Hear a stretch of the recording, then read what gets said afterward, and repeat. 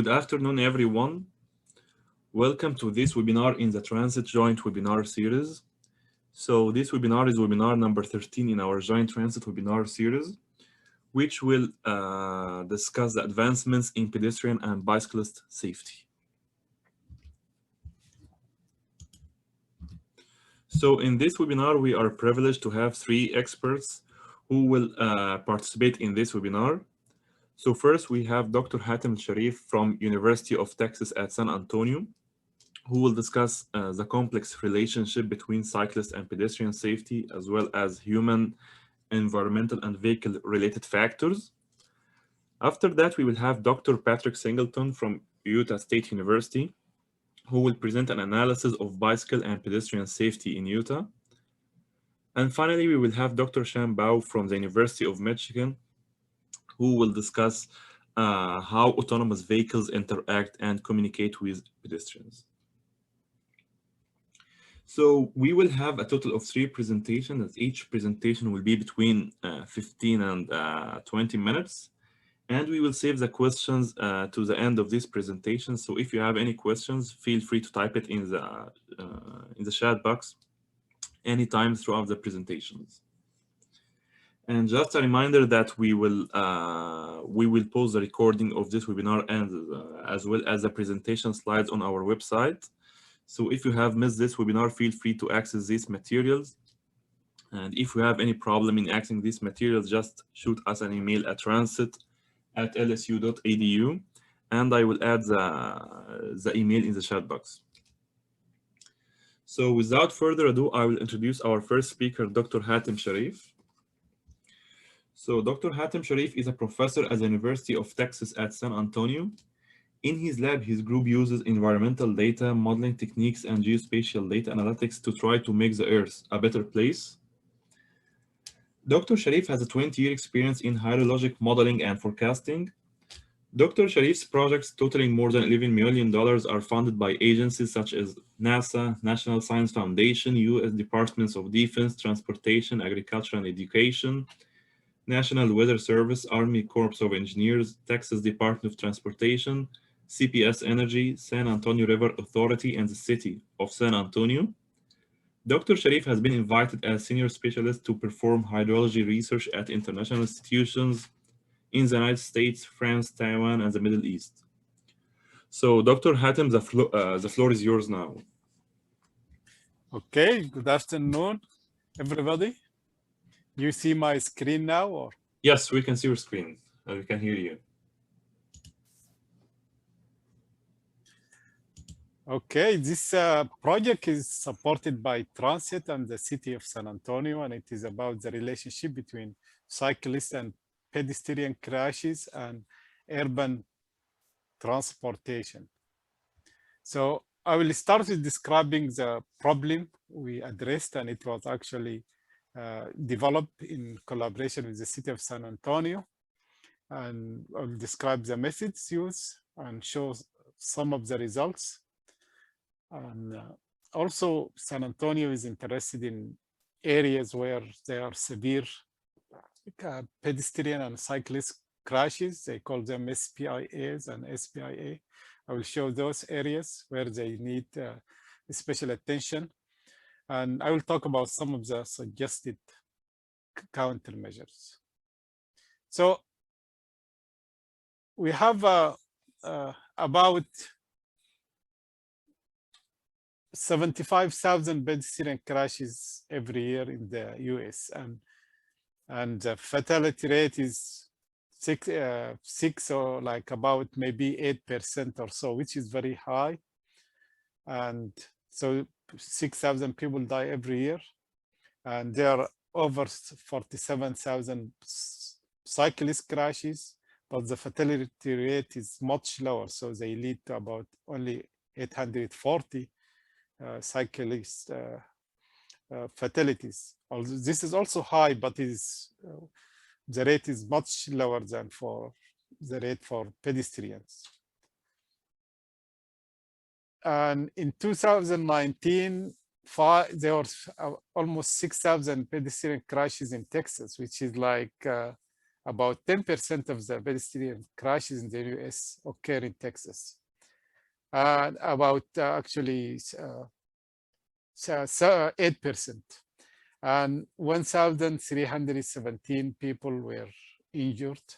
And from 2015 to 2019, there were about 3,150 crashes that with like around maybe 615 fatalities per year, which is about 10% of the pedestrian fatalities in the US. And most of those crashes, of course, as you'd expect, and they lead to injuries, they happen in urban areas where people walk near and on the streets.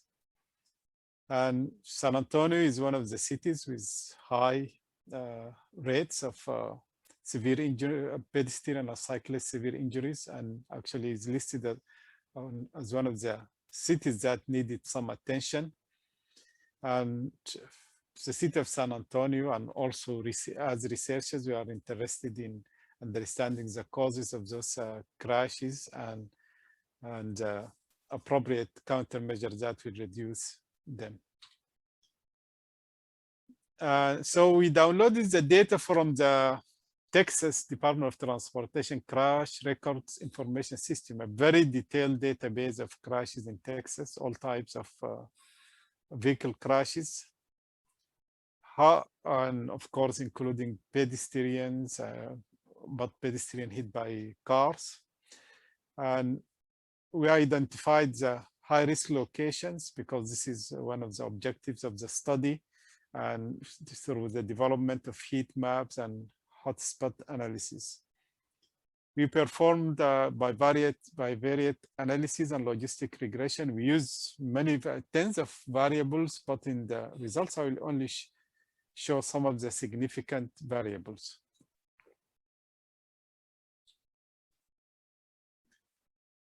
So I will start with the results of the pedestrian crash analysis, which is like you can see here, it's 2013 to 2018, 6-year period.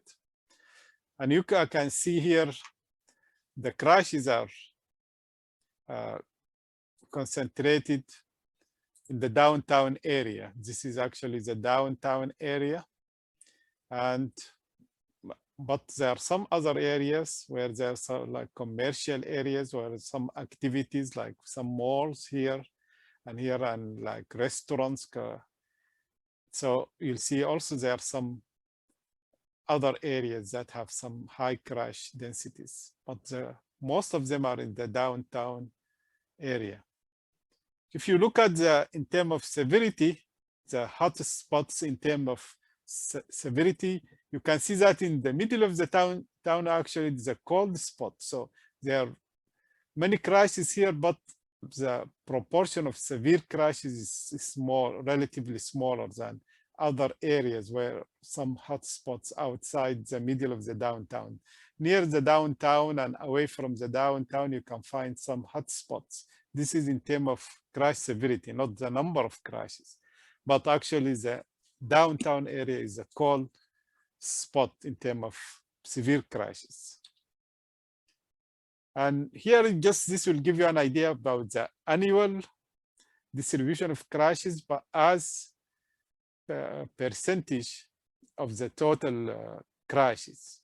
You can see like severe, pedestrian crashes that are within 2% of the total number of crashes, but in terms of KA injury, like killed and severe serious injury, you can see that it is only around 11% of the total severe injuries are pedestrian injuries, although the crashes are only less than 2%.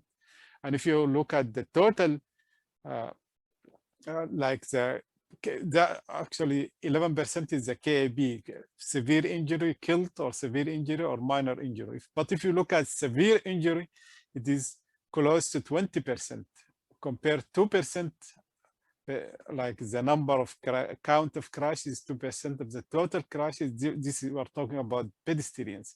But in terms of fatalities, 20% close to 20% of the fatalities are pedestrians. So those crashes are really serious, and that is because pedestrians are not protected like people inside vehicles. So some of the results of the crashes, I will show them here, but first we divided the data into two groups, depending on the person at fault, whether it was the pedestrian or the vehicle driver. And then we looked at the human factor, environmental factors, and vehicle factors that affect like the severity in terms of KA, like fatality or severe injury, and KAB, which is also includes minor injuries. And then we use bivariate analysis and logistic regression. So some of the results, just very briefly, the gender, road type, road speed limit are strong predictors of pedestrian injury, irrespective of the severity of the injuries.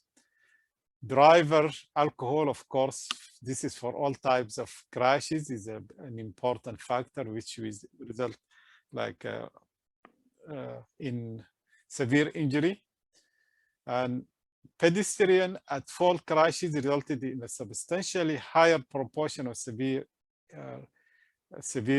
injuries. So when the pedestrian is at fault, usually compared to when the driver is at fault, usually the injury will be higher when the pedestrian is at fault because of expectancy, like the driver didn't expect the pedestrian. So this is one of the major observations. Another important, this can be seen here, like pedestrians at fault, pedestrian not at fault. And you see for the fatalities, for example, mostly much higher for when the pedestrian is at fault. And for minor, when no injury crashes, usually when the majority is the driver is at fault. So this is this is just clarifies the last observation. And variable affecting driver reaction, like lighting condition, traffic condition, traffic control, and vehicle type, usually are predictors of the injury when the driver is at fault. When the pedestrian is at fault also. And on the other hand, road environment characteristics like road type, speed limit, and alignment, better predictive of crashes when the pedestrian is not at fault, i.e. when the driver is at fault. So the crash predictors differ depending on the party at fault. Of course, the influence alcohol and night time usually are associated with higher risk of severe injury, and the day of the week also. And the odds of severe pedestrians injury increase during the weekend. This is also maybe related to alcohol also. And also when we looked at the vehicle, emergency vehicles and pickup trucks usually result in more severe injuries because maybe the rigid body of the trucks and also the speed at which emergency vehicles are driving. I will go quickly. We did the same analysis, but for 5 years. That one was 6 years for cyclists. So the same tools were used. And you can see also the hot spots are in the downtown area. Mostly, not like very few hot spots outside the downtown area, unlike the pedestrian crashes. Again, when we look at the in terms of the hotspots for severity, we can see that like also mostly in the downtown area, but the heart of the downtown area where most of the crashes happen, it's again, it's a cold spot. And So for cyclist crashes, inattention is one of the major, and also disregard of the sign, stop sign and light are some of the main factors. And also the severity, the injury severity is also related to lighting condition, road class, time of occurrence, day of the week, and also the cyclist's age and ethnicity. There's some discussion about ethnicity in the paper, but I will not go in the detail. That is a little bit more complex than just explained by just ethnicity alone. On facility crashes, usually, especially on facility crashes, occur at intersection. All of them, but especially on facility, it means like when there is a bike lane, those tend to occur mostly at intersection.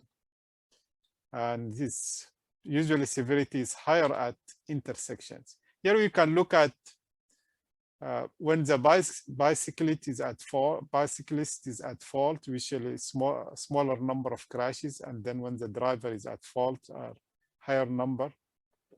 So on the KA injury in terms of the different types, there are some differences, but there is no clear-cut difference between the severity of the severity of injury based on the who is the party at fault. So bicycle facility also didn't make a difference, like existence of a bike lane didn't make a statistically significant difference in the severity. But this is complicated because also bicycle facilities were usually put in places where there are high crashes. And this can be seen here in the result, because I see that we don't have much time. And so usually the season has an effect higher in the summer, also the time of the weekend, also weekend is also DWI and have some effect. And males also, like as you can see here, most of the injuries are associated with male cyclists, much more than female cyclists. And those are the areas where we have concentration of severe or road segments. You have, and this is what San Antonio needed, the city of San Antonio needed, because they wanted to do some treatment. The same thing we did for bicycles, where those are the segments where there are severe injuries, like multiple severe injuries. And some of the countermeasures we discussed, like some of them are related to the road infrastructure, like maybe high visibility crosswalks, maybe push buttons everywhere, crossing islands and medians, curb extension, and so on. But also there are some general guidelines that is being used now in the literature. They are like distributed by the city in terms of what motorists should do to reduce those crashes, and what cyclists should do, and what pedestrians can do to reduce those crashes. So those are based on the results of the analysis and also on the literature. And this, we published one paper on the pedestrians and submitted the second paper, which is addresses cyclist safety in city of San Antonio. So this project resulted in 2 journal publications. And of course, question will be at the end, and sorry for exceeding the time limit. And thank you, everybody.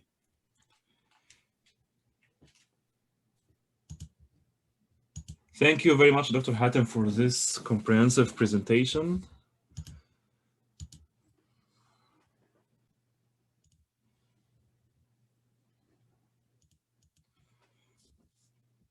So now I will introduce our second speaker, Dr. Patrick.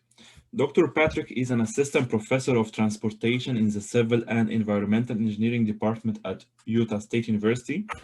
His research spans the areas of travel behavior, transportation planning, travel demand modeling, and traffic safety, specializing in active transportation, connections with health and well-being, and the intrinsic value of traveling. He earned his bachelor from the University of Pittsburgh and his master and PhD from Portland State University. Dr. Patrick, I will turn it over to you now. Excellent. Thank you so much.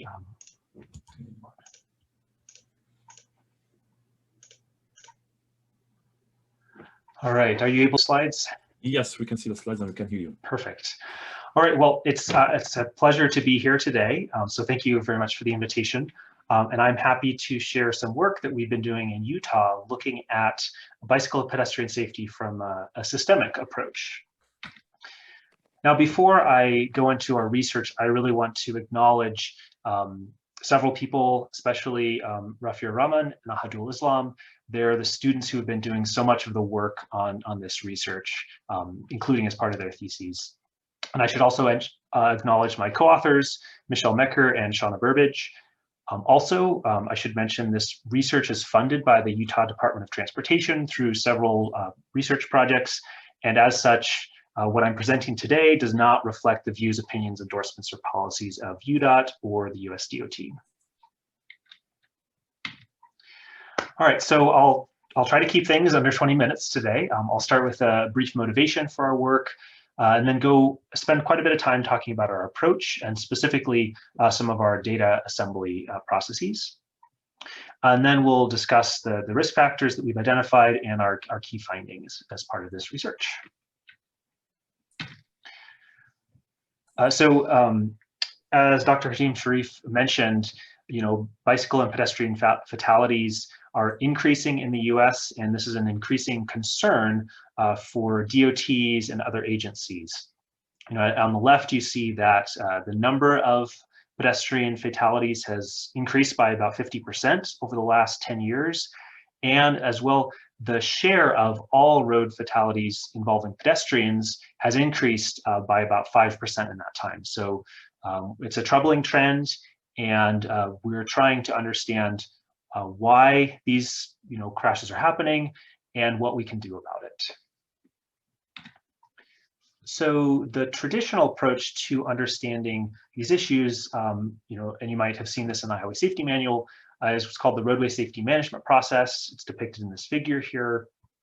Really what this does is tends to take a site level focus. So understanding where do we see these hotspots, like we saw in the previous presentation, looking at the crash histories, and then once we screen the network to identify those locations, I look in more detail about what's going on, how do we diagnose, and what can we do about it. So I was really excited to see that method seemed to work really well in San Antonio. For our Utah example, it wasn't gonna work quite as well, unfortunately. And part of that has to do with how dispersed our pedestrian and bicycle crashes are. And we're looking at a statewide level, and so it can be really hard to identify those hotspots. And so these images show an example of why. On the left are all crashes reported to the state for a 4-year period in an area around the downtown of Logan, Utah, which is where Utah State University is located. And you can see some hotspots jump out just looking at crash frequencies.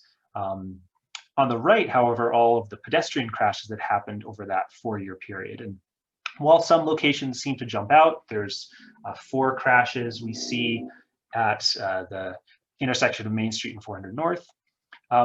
It could be that that's definitely an issue spot. But what about some of these other locations where we only saw 1 crash, perhaps, over that 4-year time period, maybe 1 of 10?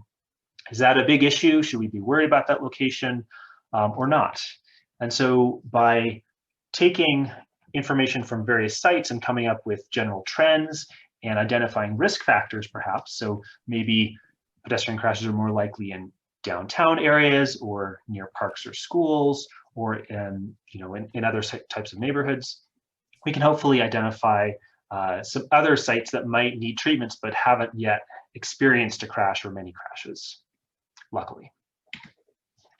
And so that's what is meant by this systemic approach to safety analysis. And we're, for this project, we borrowed really heavily from a recent NCHRP report about systemic pedestrian safety analysis. And if you haven't taken a look, I really recommend you taking a look at it. There's the link at the bottom.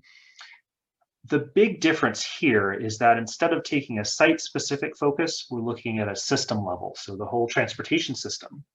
And so we first identify the scope of the study, what kinds of crashes you look at, what types of networks you look at, assemble your data.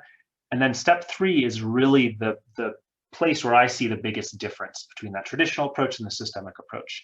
And that's you identify risk factors or things associated with higher frequencies of crashes or higher risk of crashes, instead of focusing on necessarily just those hot spots. And the report lays out why, and part of it is that it's a little bit more proactive, so you don't have to wait for those hot spots to emerge.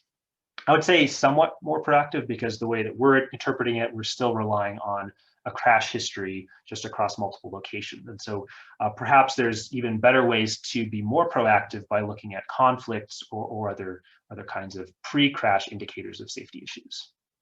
And last thing I want to mention with this is that ultimately the goal is often these systemic analyses focus on lower cost countermeasures that maybe can be put into place at multiple locations rather than just at those really high frequency or hotspot places. All right, so our analysis took this systemic approach to analyzing bike ped safety. We looked at a statewide view, and I'm going to be talking today mostly about the risk factors that we've identified and how we went about that process. So first I'll mention our scope. Then I'll talk a little bit about our data compilation process with a specific focus on our measures of pedestrian exposure, which I think are fairly novel for this kind of work. And then we'll talk about some of our methods and results for determining these risk factors. And specifically as a highlight, we used both sort of traditional methods using regression models, but also some somewhat more newer methods dealing with machine learning and decision trees. All right, so our scope for this study was to look at pedestrian crashes and bicycle crashes, so crashes involving people walking and bicycling. We did want to take a statewide look. However, given some data limitations, we ended up focusing most of our attention on the 6 counties outlined in this map. The 4 Wasatch Front counties, so Weber, Davis, Salt Lake, and Utah, Cache County, where USU is located, and Washington County in southwestern Utah. And really, I think this is the majority of the urban areas in Utah, and I think these comprise, around 85% of the state's population. So we think we're still capturing most of the situations in Utah with this scope.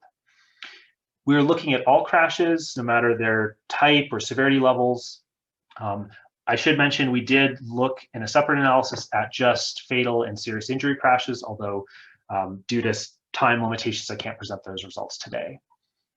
We also focused mostly on the state highway network, and we did try to include other facilities, but there was just not enough data for some of those non-state highway network facilities to include. So just crashes on state networks in mostly these 6 counties. Here's a map showing the general location of our bicycle and pedestrian crashes. We collected crash data over a 10-year period from Utah, 2010 through 2019. So we weren't including any crashes from 2020. That's in part because we started our data collection, before that year was complete, and we also didn't want to necessarily have any of our results affected by any differences that might have occurred due to the COVID situation. Here are some histograms showing the distribution of the number of crashes across 3 different site types. So we split our locations into 3 types. Segments were sometimes called mid-block crashes, although in Utah, if you've ever been to Utah, the blocks are much larger than in many other places. So we're going to call these street segments. Then we have intersections, both signalized and not signalized. I should also mention that we had a lot more crashes at our signalized intersections and fewer crashes on the state highway network at non-signalized and intersection segments.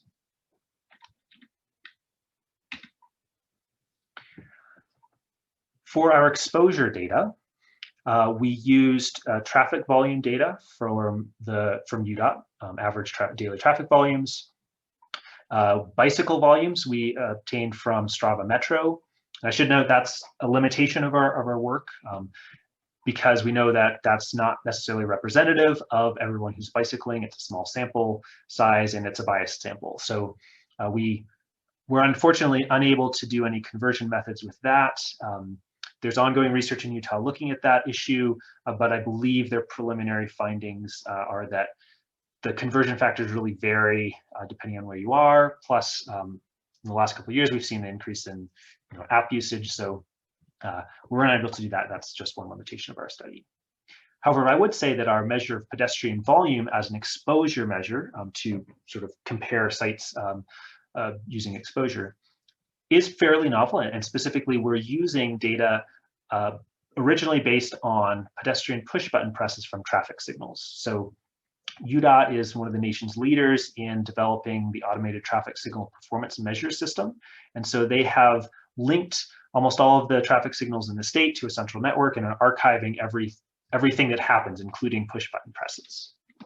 So the first step in using these data for pedestrian exposure is we needed to convert those push button presses into estimates of crossing volumes. And so for a previous research project in 2019, we recorded videos at a selection of locations throughout the state, and we had students count pedestrians. So we counted in different times of day, different days of the week, and all different seasons. Overall, we counted at 90 locations, over 20,000 hours of video, and over 170,000 pedestrians. And so once we had that, we could correlate those pedestrian counts with our push button data from traffic signals. And to do this, we did fairly simple regression modeling methods. And specifically, we actually had 5 different segmented models depending on situations. But basically, the outcome was crossing volume observed from the videos. The input was pedestrian traffic signal data. And we tried to represent both nonlinear relationships. So more pedestrian events at traffic signals yielded even more pedestrians. So that accounts for some grouping effects. So when there's lots of larger crowds, there's even more people per push button press. And we also tried to account for the tendency of people to potentially hit the button multiple times by using a 15-second filter on those data. Overall, over our collected data, the models yielded actually a fairly good fit. We had correlations of about 0.85 and mean errors of plus or minus 3 pedestrians per hour. So we felt fairly confident that we could use traffic signal data to get a rough estimate of pedestrian exposure at our traffic signals. So once we developed those methods, we then applied them to a year's worth of data from mid-2017 to mid-2018 at the roughly 1,500 signals in Utah. And so then we could calculate the annual average daily pedestrian crossing volumes at those locations. So that gives us our pedestrian exposure data for our traffic signals. However, we're not just looking at traffic signals. We're looking at street segments and non-signalized intersections. So to do our pedestrian volumes for those locations, we actually used and estimated a direct demand pedestrian volume estimation model. And this was the product of another UDOT-sponsored research project. And we used measures of the built environment, land use, sociodemographics as inputs to predict the pedestrian volumes at our traffic signals. And we found pretty good results. The results were consistent with theory about more walking in places with higher density, more transit access, things like that. And they matched previous research as well.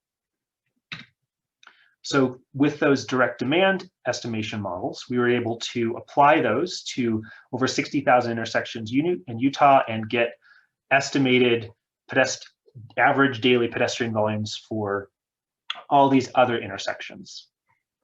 And so that's what we use for our non-signalized intersection exposure measures. For our segments, we just interpolated between the adjacent intersections to get a rough estimate of pedestrian volume. So it's not perfect, but we think this is, measures of exposure like this are one of the biggest limitations to existing safety analyses for non-motorized modes. So we're hoping this is a much more useful way to do it. And we were lucky to have those data available in Utah. All right, and just quickly, we calculated collected other data about segments, about intersections, about the neighborhoods around our locations. And I don't want to go too much in detail with that. All right, step 3, determining our risk factors. So we used a couple different methods here. So first, we used traditional negative binomial regression, which is a way to measure count or model count data, where the number of crashes was predicted as a function of exposure, intersection segment characteristics, and other neighborhood characteristics. And this is the method that is included in the Highway Safety Manual for developing safety performance functions, which is effectively what we were trying to do with this project. However, we also tried to develop some machine learning methods to get at the same issue, what's these risk factors at a different way. And I'm really indebted to my student, Rafir Rahman, for doing these models here, because I'm not a machine learning expert myself. So these gradient boosting or gradient boosted decision trees, which is the method we used, are really based on this decision tree machine learning method, which I show an example of here. For example, it takes the data and tries to classify the outcome using some of the input variables. So for example, it might say the best fit is to classify, if your traffic volume is less than 10,000, no driveways, it might predict 0 crashes. But if traffic volume is greater than 10,000 and pedestrian volume is greater than 500, maybe it's 3 or more crashes. Basically, that's how these decision trees work. The gradient boosting decision tree method actually uses ensembles, so multiple decision trees that together can combine to give a better estimate or better classification of our sites based on their crash frequencies. Now, with these machine learning methods, they don't necessarily produce the same kinds of outputs that we're used to seeing in terms of regression coefficients. So alternatively, there's as a measure of importance, which is basically how often or how much does each variable contribute to this splitting process. And so we try to use this importance as a way to indicate, hey, maybe this variable is a risk factor. All right, so I'll just quickly present some of our findings here. For our negative binomial crash models for pedestrians, we saw more crashes in places with higher volumes, motor vehicle traffic and pedestrians, although we did see a safety numbers effect for walking. We also see more crashes in places with more complex intersections, longer crossing distances, and in places with more transit locations. Similar results were found for bicycle crashes, higher volumes, more complex intersections, longer crossings, more transit. I should also mention we did see increases in crashes in places with neighborhoods with more people of Hispanic or non-white race or ethnicity, and with greater percent of the population reporting disability. And so I'll mention that briefly at the end. For our gradient boosting decision tree models, these are shown in order of that importance rating. We saw very similar results, traffic volumes, pedestrian volumes, transit stops, things like that. Same thing for our bicycle crashes.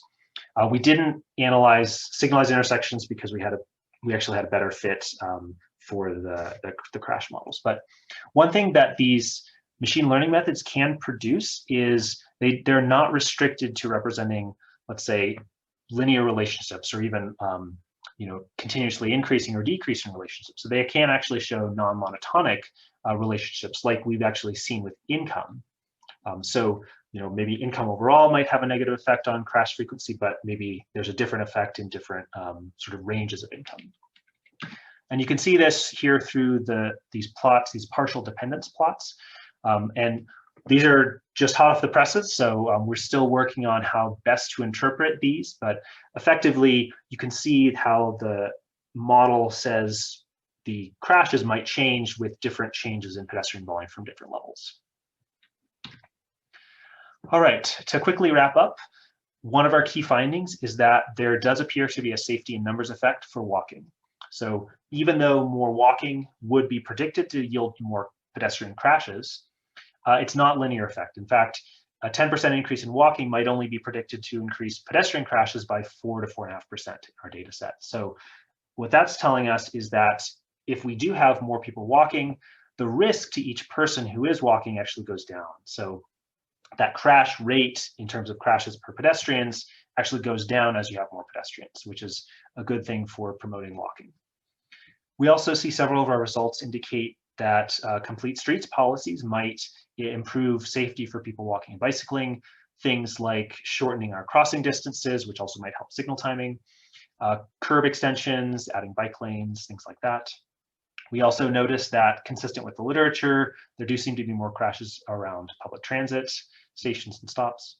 And then finally, we did note some disparities in communities with lower incomes, with greater concentrations of people of color, and with greater concentrations of people with disabilities. And so we think this highlights a definite need to focus our efforts on traffic safety in these areas. However, we also acknowledge that many of these communities have suffered a greater burden in terms of policing and other disparities, health, in addition to traffic safety. So we want to make sure that any investments that we make in these communities is conscious of those burdens that are faced by those communities, has the support of those communities, and does not hopefully lead to other negative outcomes, such as residential relocation or displacement due to gentrification. And I believe I'm out of time, so I'll just say we do plan to do more work, and there are several limitations to our work, but I'm happy to discuss those in our questions later. So thanks a lot, and I guess I look forward to our Q&A in a little bit. Okay, thank you very much, Dr. Patrick, for this interesting presentation.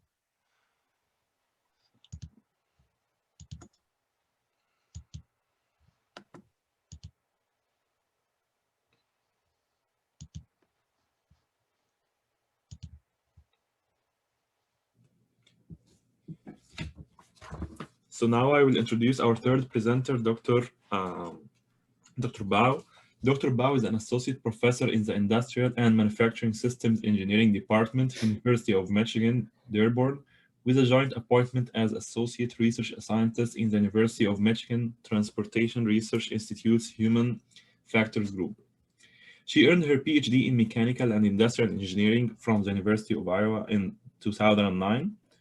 Her areas of expertise include the statistical analysis of crash data sets and naturalistic data, road user safety, experimental design, algorithm development to identify driver states and movement, evaluation of driving safety technologies, measurement of driver performance, driver decision-making, and statistical and stochastic modeling techniques. She has given multiple keynote speeches and served on expert panels at different conferences and meetings. She has also made technical presentations on scientific project results at many international conferences with a wide range of audiences. So, Dr. Shan, I will turn it over to you now. Okay, great. Thank you so much, Moment. So, can you see my slides? Yes, we can see your slides. Awesome. Okay, good afternoon. First of all, I want to thank you for giving me this opportunity to share our study with everyone here and a potential audience in the future once we have this online. So I think previous two speakers have given a fantastic talk about tackling the pedestrian safety issues from the crash data perspective. So my talk will be going to the same topic while from different angles. So how technology can help. So my topic is title of my talk today is how does driverless car interact and communicate with pedestrians. So you already seen this data, actually different format from two previous speakers. So I'm not going to repeat it. So basically, we have a problem with pedestrians, right? So when you look at the whole trend of crashes in the United States, especially fatality rates. So generally speaking, the annual fatality rate that is traffic related is decreasing. But on the contrary, the pedestrian-related crashes are kind of increasing. So this is a very concerning to all the society because everybody here, right, is a pedestrian. So how we can solve the problem? And the introduction of the automated and autonomous vehicle actually have provided promising solutions. But at the same time, also, it basically provides some challenges that because this is new technology, there are a lot of uncertain questions we need to tackle. For example, for human pedestrians, we can use our eyes and hand gestures to talk to the vehicle drivers. However, for the robots, AV, autonomous vehicles, so how the pedestrian can communicate, interact with them. So that is the questions we're trying to tackle here. So there are two main research questions we're trying to answer. The first one is, what are the typical crash scenarios and contexts for pedestrian with current transportation systems and automated vehicle systems? And the second one is how pedestrians interact and communicate with level 4, SAE level 4 autonomous vehicle shuttles. So today my talk is mostly centered on the number 2, because you already heard from 2 previous speakers about how we can use the crash data, state-based or national-based, to identify the typical crash scenarios related to pedestrian. And so today, I'm going to just introduce you how we use the level 4 autonomous shuttle bus data, mining that data sets to look at how the pedestrians interact with the vehicles. So, so here's the method. Let me pause for a second. So the method, as I mentioned, so data we use is from the MCD, which is the one of the UFM AV testing facilities, that they have 2 SAE level 4 shuttle autonomous shuttle bus. So this video you can see is basically they are testing the shuttle bus inside MCD testing facility, and they also had this operation test study that they deployed 2 level 4 AV buses, shuttle buses in the North Campus of University of Michigan area, as you can see from the map right here. So that is the data actually collected from those 2 shuttle buses that I'm using, and I'll share some of the results and finding here today. So I just want to show you one of the videos that the Navia shuttle bus, which is defined as a level 4, there is no steering wheel on the bus, and it's controlled by multiple sensors and control systems. So they are doing a bunch of testing that when there is a bicyclist nearby or there's a pedestrian nearby, how the vehicle should be responding.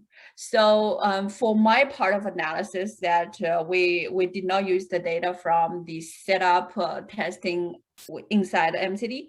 We just use the field operation deployment data, which is coming in naturally.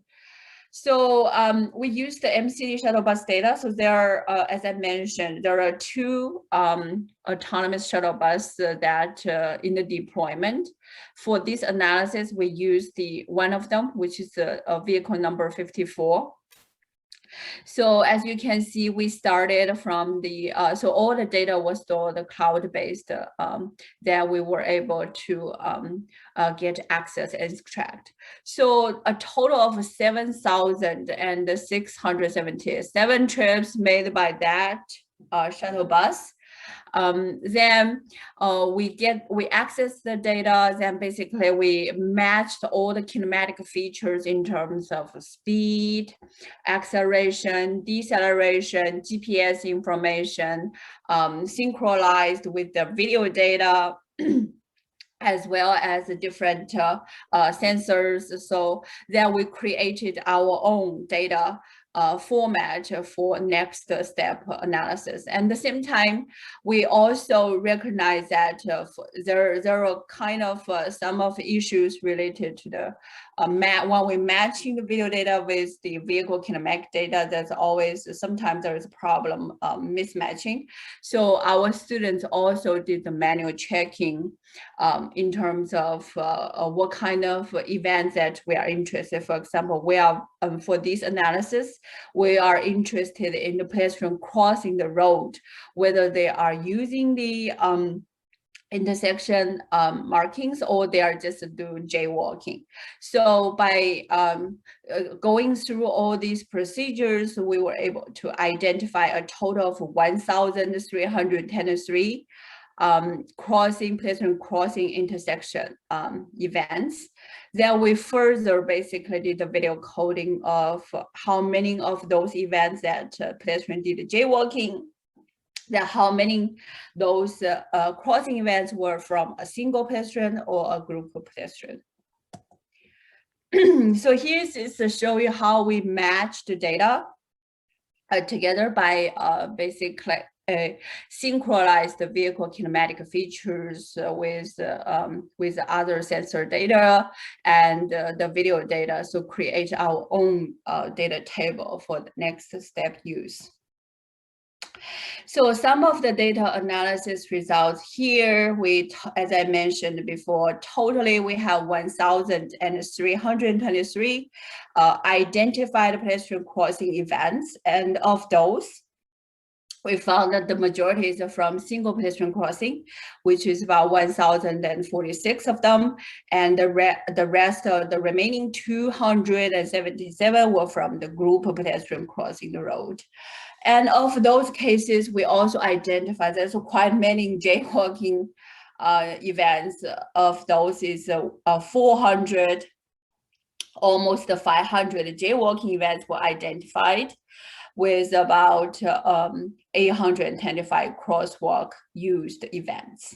So we were interested in the differences between when the pedestrian across the road, when they use the crosswalks, were they not using the crosswalks, because one of the typical one of the leading pedestrian fatality crash scenario is mid-block crashes, that pedestrians were not using the crosswalks, but they were doing jaywalking. So that was, so for the vehicle side of view, that the vehicle drivers were not expecting to see the pedestrians, so as well as the speed differences. So for that scenario, that is one of the leading scenario for the pedestrian fatalities.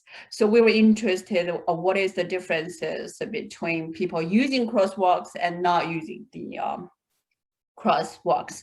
So we were able to see, for example, for when we compared the single pedestrian crossing versus the group pedestrian crossing.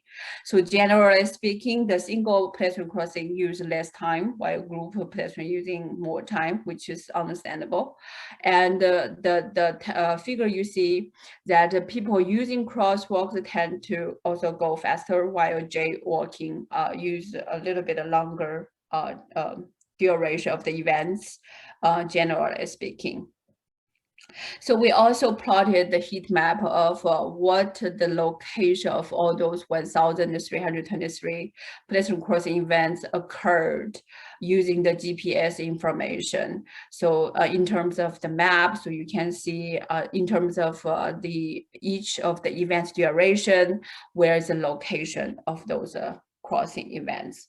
So then we were interested. So our ultimate goal is that we want to understand from the crash data analysis, as well as these vehicle operational data analysis, we are interested basically to identify a set of use case, interesting scenarios that is challenging for the human drivers as well as for the autonomous vehicles. So here's one of the two examples I want to share with you from the MCD shuttle bus, that this is basically one of the jaywalking events that recorded by the vehicle sensor. As you can see that basically when these pedestrians crossed the street, he did not have eye contact with the autonomous vehicle at all. And so the second scenario I want to share with you is basically, you can see that while the shuttle bus is approaching the intersections, that there are a group of pedestrians are trying to use the crosswalks and cross the street. So the bus yielded to the first group of pedestrians, but that has to stop to yield to a second group of pedestrians. So this could be very challenging for the sensor detection as well as the control algorithms. So then we have been challenging ourselves a lot of interesting questions because we're dealing with the technology part, the human part, which is the pedestrian behavior, and how the AV handle all these different scenarios. So one of the questions that raised while we're working on that is that so one of the challenging issues basically for the AV to basically detect the pedestrian as well as predict the pedestrian's trajectory. So we kind of did using these data sets, using the video image processing algorithms. Here's all the steps 1, 2, 3. Using the video images, and here's the models that we use, equations we use to basically using the video image for 5 consequent images to basically predict the pedestrian walking speed then for the next step of a trajectory prediction model.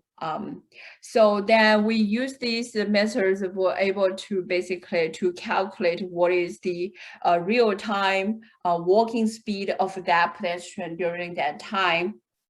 Then this is the distribution of all the data we have calculated. And here's some examples of our results of the walking speed of the pedestrian, as you can see. So this is the real time. So generally speaking, averagely it's about 1.2 to 1.5 meters per second of the pedestrian trying to cross the street.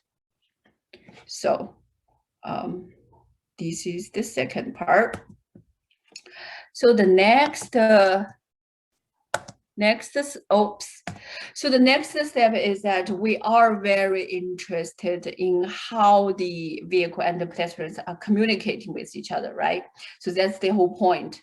After we get all the data reduced, cleaned, analyzed, and all the algorithms set up to predict different walking speed. So then we are interested in how we can estimate, how we can evaluate their behavior. So that is the key part of this project. So then basically we did, when I say we did, it's basically my students has developed this Python-based interface to code all the video in terms of either is using the crosswalks or doing jaywalking, what their behavior differences, right?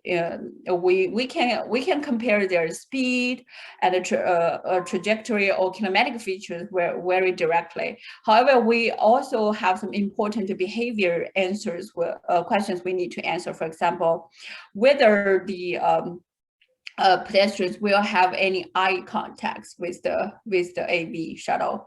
Once the pedestrian detected the shuttle, whether there is any behavior changes. For example, will they stop in the middle of the street, or they just keep going like they never saw that shuttle, or will they change their path? So we have developed this interface to answer all these questions. And also, when you look at the pedestrian crashes, one of the leading crashes is for the pedestrians that they were engaging some kind of other activity, for example, using cell phones or just talking to other people. So this is also, so the secondary activity coding is also one of the focus of our behavior coding right here. So this is the interface we developed, and then our students worked very hard on this to code all the videos available. So basically, if you recall, we totally have 1,323 crossing events. However, we do need a pretty high resolution video image for this type of behavior coding. So that ends up of a total of 126 coded pedestrian crossing events with a reasonable resolution to code the behavior levels. And so basically, some of the findings that so we did not see many like communications from the pedestrian side to the AVs. We only saw out of the 126 events, there were 12 of them that had some kind of a hand gesture to stop the shuttle, while the majority has no eye contact, body languages towards the AV. And we also found that basically 86, the majority of those events that they had basically no behavior changes after the vehicle detect them or they detect the buses.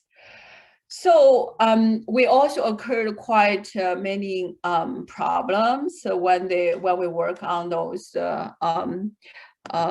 data. Is always when you work on big data, there is always a kind of things that you never experienced, but you have to answer the problems and solve the problem. For example, this is one example that there were two pedestrians and trying to cross the. So actually, one of them is a bicyclist, one of the pedestrians, and there was a car. So the sensor is not 100% reliable. We wish them 100% reliable. That's why so many engineers are still working so hard towards the accuracy of the sensor. So we actually found that the camera-based sensor tracking those pedestrians, they can mistag person. At one time point, it says it detects the pedestrian actually moving like 10 meters per second away from the vehicle, which is not true. As you can see, they longitudinally speaking, both these pedestrians or bicyclists, they kind of longitudinally speaking, their longitudinal speed to the AV is 0, but our data shows there is a misdetection over there. So we have to solve problems like that while we are working on those big data that sensor based. So here's some conclusions. We also did a crash data analysis, which I did not, because of the time constraints, we did not share, but if you have interest, feel free to reach out to us. And we are working on the manuscript development right now. This is the project is also ongoing. So the crash data we use is actually from the national the DOT, US DOT database. One is called CRSS, used to be GES. So we look at the recent 3 years from 2016 to 2018 data. Actually, we also found a kind of similar conclusions with that previous two speakers that I'm not going to repeat right here. So the second conclusion we had here is we found that when we do pedestrian autonomous shuttle bus communication interaction analysis, we find only 10% events that pedestrians were issuing some kind of communicating using body languages with the shuttle. So we were also interested that if any gaming behavior that, so the definition of the gaming behavior is basically when the pedestrian identify autonomous vehicle. So they were like to play around with the shuttle. So we have learned that some pedestrians would like to surprise the AV, just stop suddenly in front of the AV to see how the AV would react. So obviously from this data set we were working on, we did not observe any gaming behavior. But again, this data set is from a university community, so it does not represent all the national trends. So we were able to identify some challenging scenarios, and we are working on simulating those scenarios for the next step. So the next step is basically we were interested in why having all these challenging scenarios. So what kind of design needs that we have to consider in our human-machine interface design to promote better communication between pedestrians and AVs.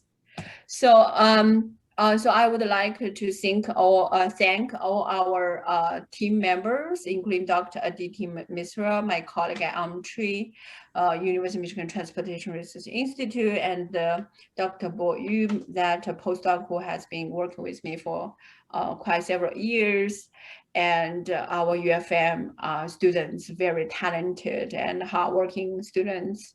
And last but not least, that I want to mention this study was funded, is funded by M-City, that is kind of, the funding is coming from different industry OEMs, which includes State Farm, Honda, GM, Toyota, and Ford. And I have been fortunate to have a representative from each of those companies participate in this study, so that provide a different aspect from the OEM's perspective to look at the problem together. And I'm also happy to share that I recently got another new project from M-City is to look at the user needs for the future HMI design in promoting the communication interaction between pedestrians and AVs. With that, thank you very much. And questions. Sorry, I went over time. That's fine. Thank you very much, Dr. Shan, for your presentation. So this concludes the presentation portion of our webinar, and we'll start receiving any questions from the attendees.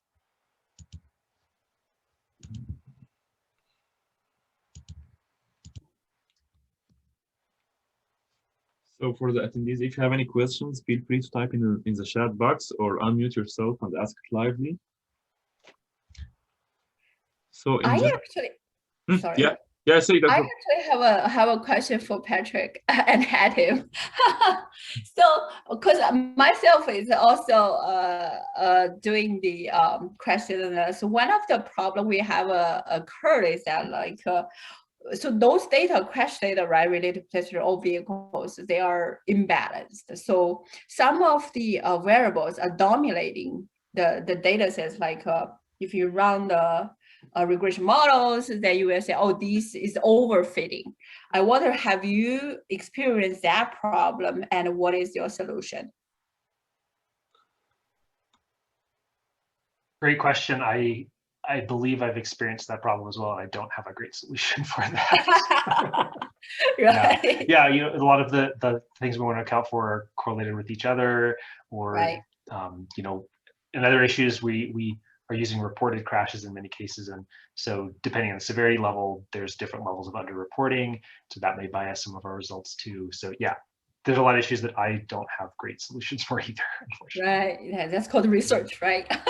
Yeah, every method has its advantage and disadvantage. Sometimes used by varied analysis so that to minimize the cross correlations, but also it has some its own issues.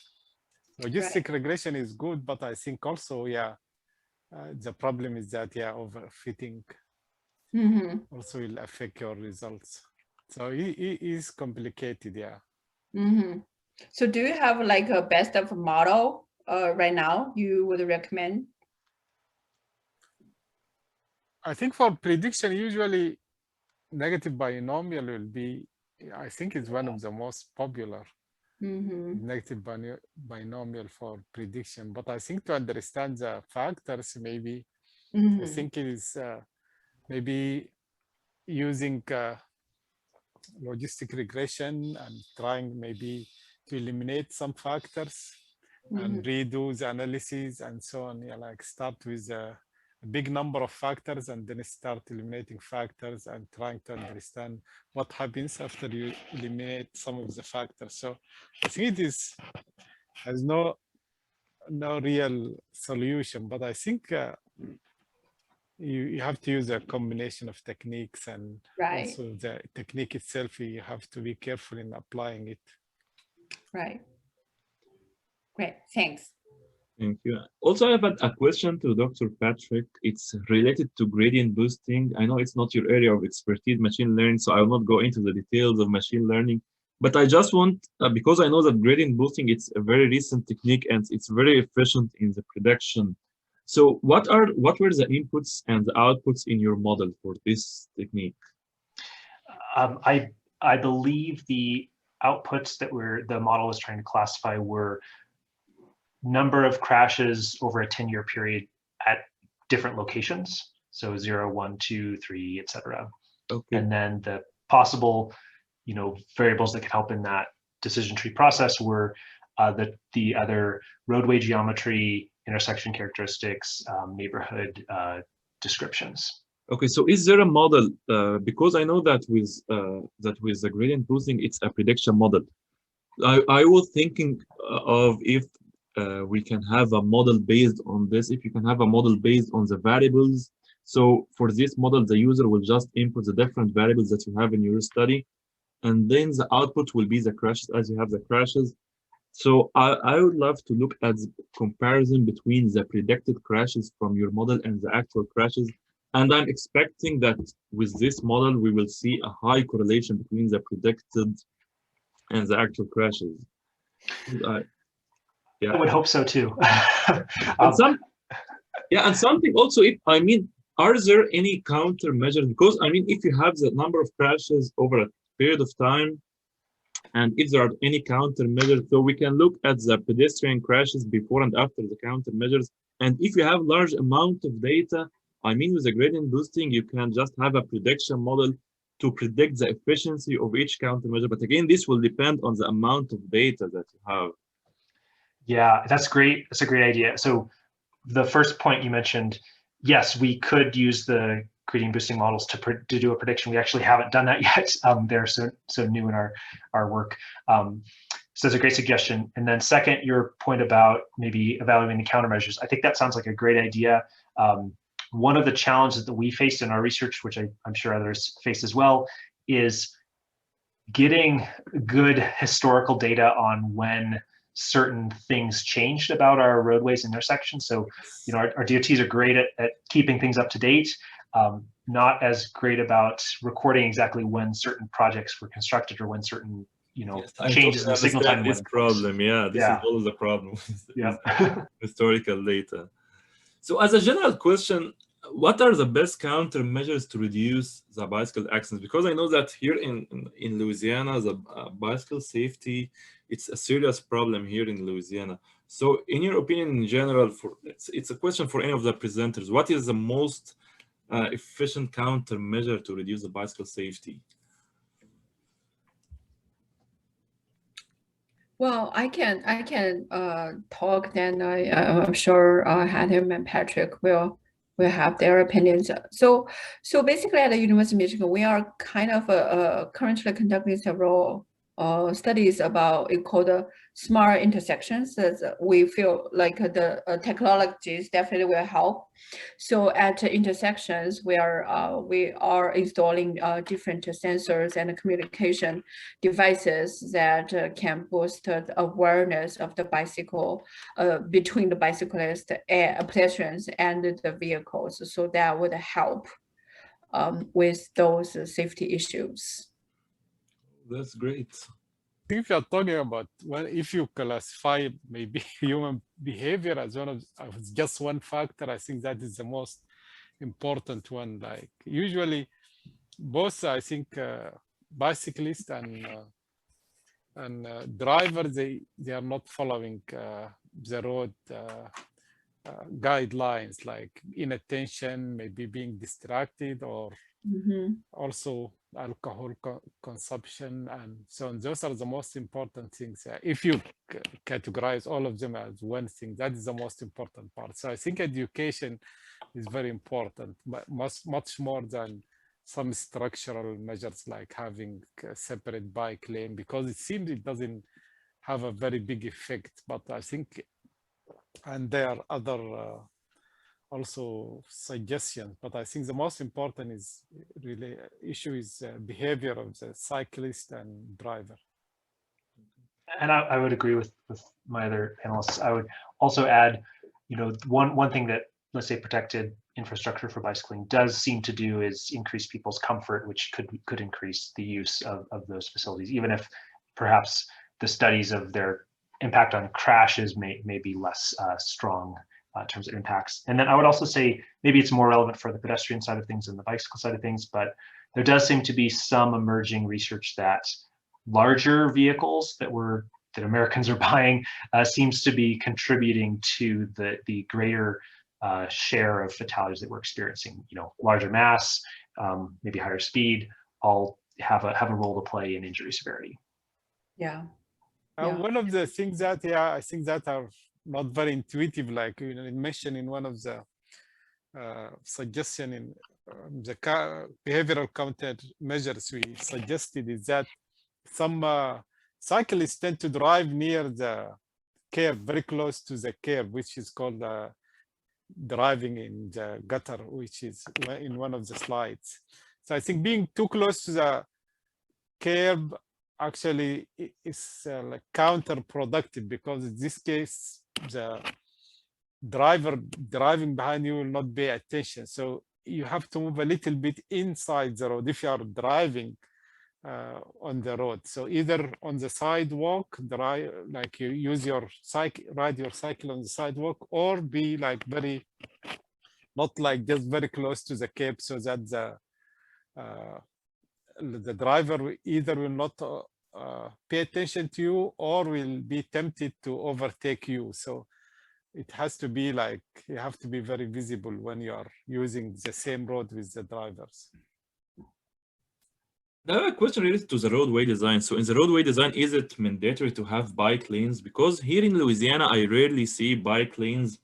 And in most of the cases, sometimes the bicyclists are just driving on the road, and at night, from my point of view, because again, it's not my area of expertise as related to bicycle safety, but when driving, sometimes they are invisible on the road. So is there any, is it mandatory, or it's in the specifications to have bike lanes, or why do other states, some states it is not mandatory, and actually they just, I think, identify areas where there are like high number of severe crashes, like the one we showed, like those two maps, and then they try to build bike lanes in those areas, mostly usually in downtown area. And yeah.